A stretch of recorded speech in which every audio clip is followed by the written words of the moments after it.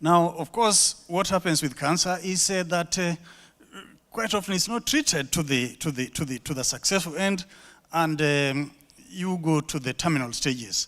And when patients quickly find themselves in the terminal stages, they find there's a sense of guilt and a sense of shame, and they do not sometimes want people to come close and see them, because the person who used to know them as a very great guy now is seeing them in this helpless situation, and they sometimes don't like it. Next.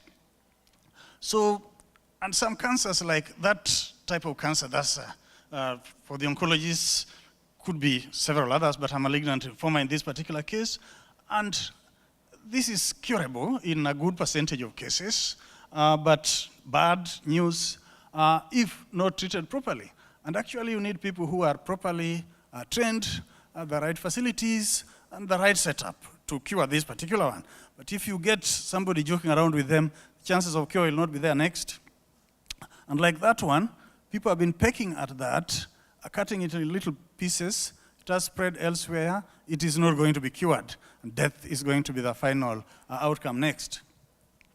Now, if you have the pointer, if you have somebody, you treat cancer and the various treatment methods, and you look at what is called survival.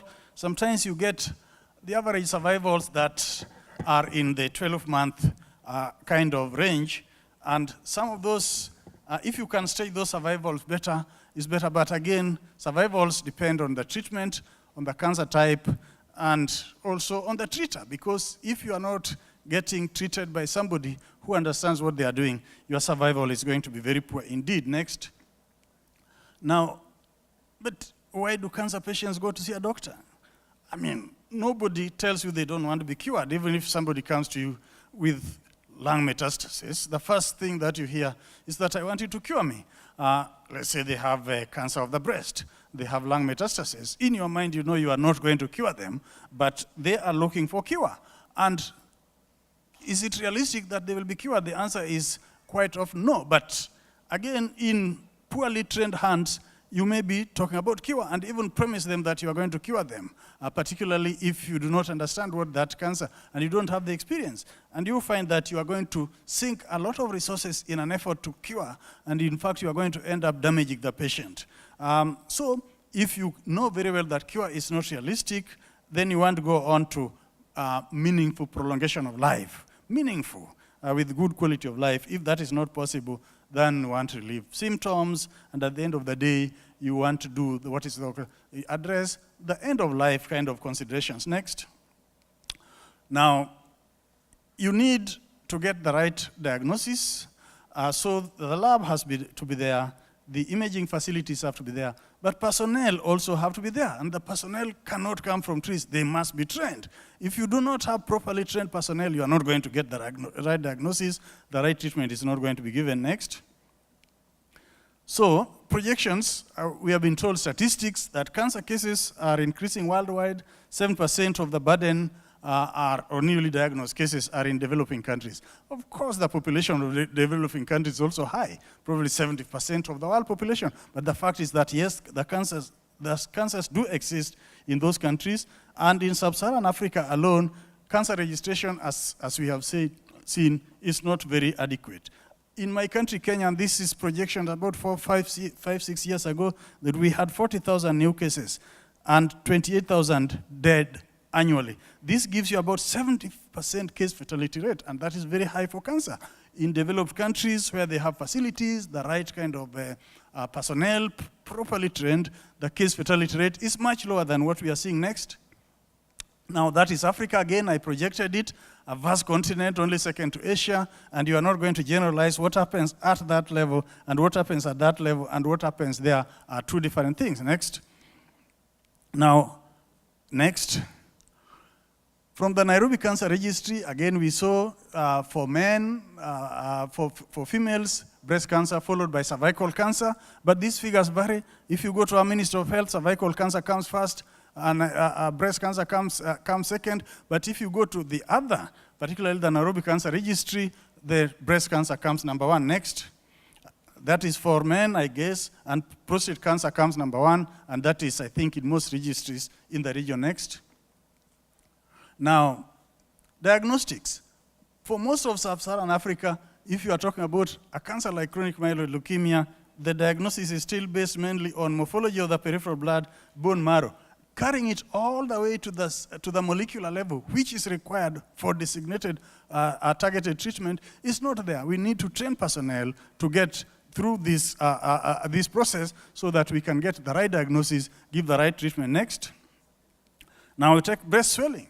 That can be anything. It doesn't have to be cancer. But for it to be proved to be cancer, you have to get the right people who know that a biopsy has to be taken under proper imaging, not just hitting anywhere, coming out and telling you, oh, that there is no cancer there. And then you go find 6 months later, you have metastasis in the lungs, and you are told that that was not cancer, and somebody is treating you with antibiotics, possibly because they have not got the right exposure, the right kind of training. Next. And then surgery. I mean, okay, you are told, oh, you need mastectomy, but you fear that you are going to have no breast. So you need properly trained surgeons. And this has been mentioned, who can not only take out your breast, but then a proper plastic reconstruction is done. And if that's not going to be done, some people will fear that. Not any quack is going to reconstruct your breast. You need people who are really properly trained for that. Next. Now, modern cancer care then involves integration of basic and clinical population-based research, professionals using state-of-the-art science to achieve best possible patient outcomes, and training should involve many elements of prevention, early detection. Now, some people think, oh, in Africa, we should just get them some kind of training. The something is better than nothing concept. I don't believe it. You either train them properly. Even if you trained 1 or 2 properly, it's better than training 20 who are going to cause more havoc to the population. In fact, the trail of death they are going to leave behind is worse than the problems they are trying to solve. Next. Now, if you look at the survival curves again, proper treatment, in the right hands, in the right setting, you get better outcomes than the treatment which is probably off the mark. Same kind of thing. Next. Cancer cells signaling from the extracellular membrane all the way to the nucleus that translates into cell division. Aberrations on those pathways lead to cancer, and you need people who understand what aberrations lead to those cancers so that these can be stopped in terms of targeted treatments that are current today. Next. And this is a case in point. If you look at chronic myeloid leukemia, the survival in the old days before before 1999, you did not survive more than 6-7 years. Next. After the development with the understanding of the cancer biology, after development of the tyrosine kinase inhibitors in 1999, now the survival of a chronic myeloid leukemia patient is close to the survival of the general population, of course, all factors notwithstanding. Next. Now, you come to our countries, you find lots of patients waiting for a facility. Those are patients in our country waiting for radiotherapy in a public facility. I mean, the number of radiotherapy machines is not there. The number of trained persons are not there. People are going to die. Next. Now, if you look at distribution of cancer physicians, we try to get in selected countries. If you look at, I take medical oncology, I'm a medical oncologist. Look at the United States of America, look at Kenya.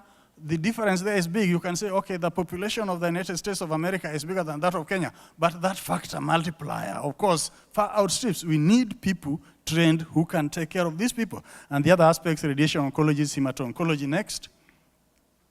Training needs for caregivers. Facilities, we are lucky that we are having the MAC training with Tata. But most facilities that used to exist for training have become unavailable to us.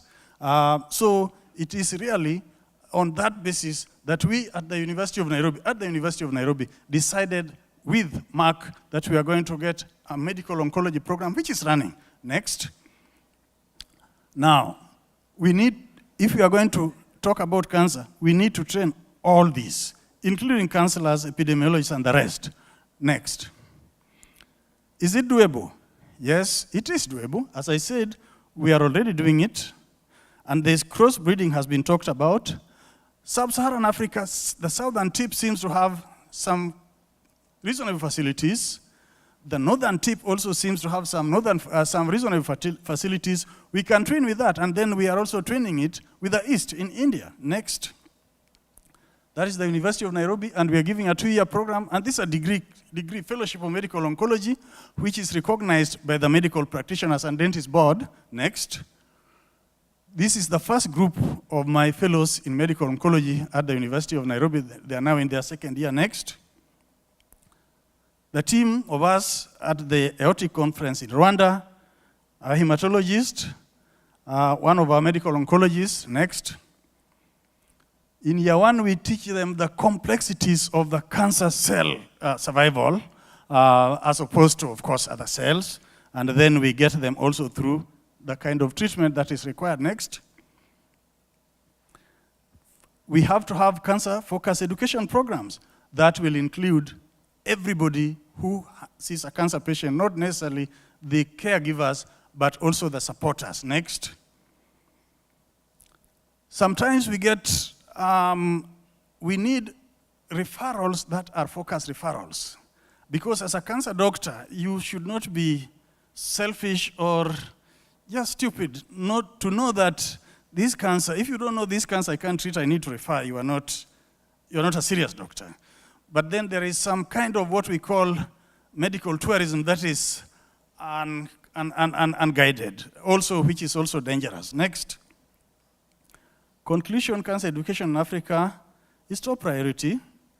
It is feasible. I don't think we should give our people second hand. Anything, they should be exposed to the same conditions as elsewhere. There may be few, but they should be good. Thank you very much.